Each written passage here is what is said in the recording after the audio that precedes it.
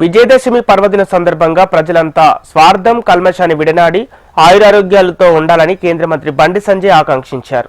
కరీంనగర్లోని మహాశక్తి ఆలయంలో ప్రత్యేక పూజలు చేసి శమి పూజలో పాల్గొన్నారు. భారతదేశాన్ని శక్తివంతమైన దేశంగా తీర్చిదిద్దేందుకు ప్రజలంతా ముందుకు రావాలని బండి సంజయ్ పిలుపునిచ్చారు.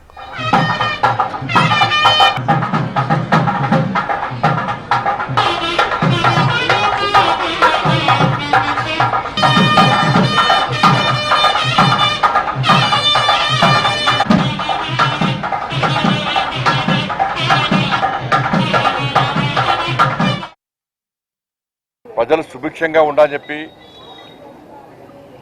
స్వార్థాన్ని వీడి కల్మషాన్ని వీడి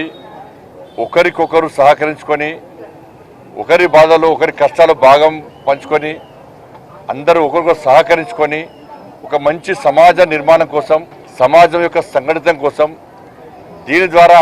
భారతదేశాన్ని ఇంకా శక్తివంతమైన దేశంగా ప్రపంచంలో తల్లి భారతమాతను విశ్వగురు స్థానంలో ప్రతిష్ఠించాలని చెప్పి ప్రియతమ ప్రధాని నరేంద్ర మోడీ గారు అయితే కంకణ బద్దులే ముందుకు సాగుతున్నాడో రాజకీయాలకు అతీతంగా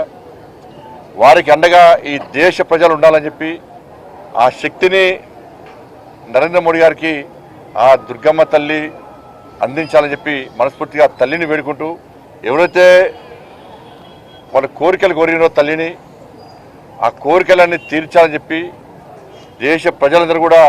వాళ్ళ కష్టాలన్నీ తొలగిపోయి ఒక ప్రశాంతమైన వాతావరణంలో నిత్య జీవితం వారు గడిపే విధంగా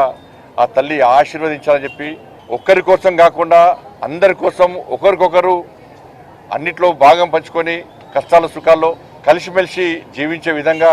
ఒక మంచి సమాజ నిర్మాణం కోసం అందరం కష్టపడి పనిచేయాలని చెప్పి అటువంటి శక్తిని ఆలోచనను ఆ తల్లి ప్రతి ఒక్కరికి కల్పించాలని చెప్పి మనస్ఫూర్తిగా అందరూ వేడుకుంటూ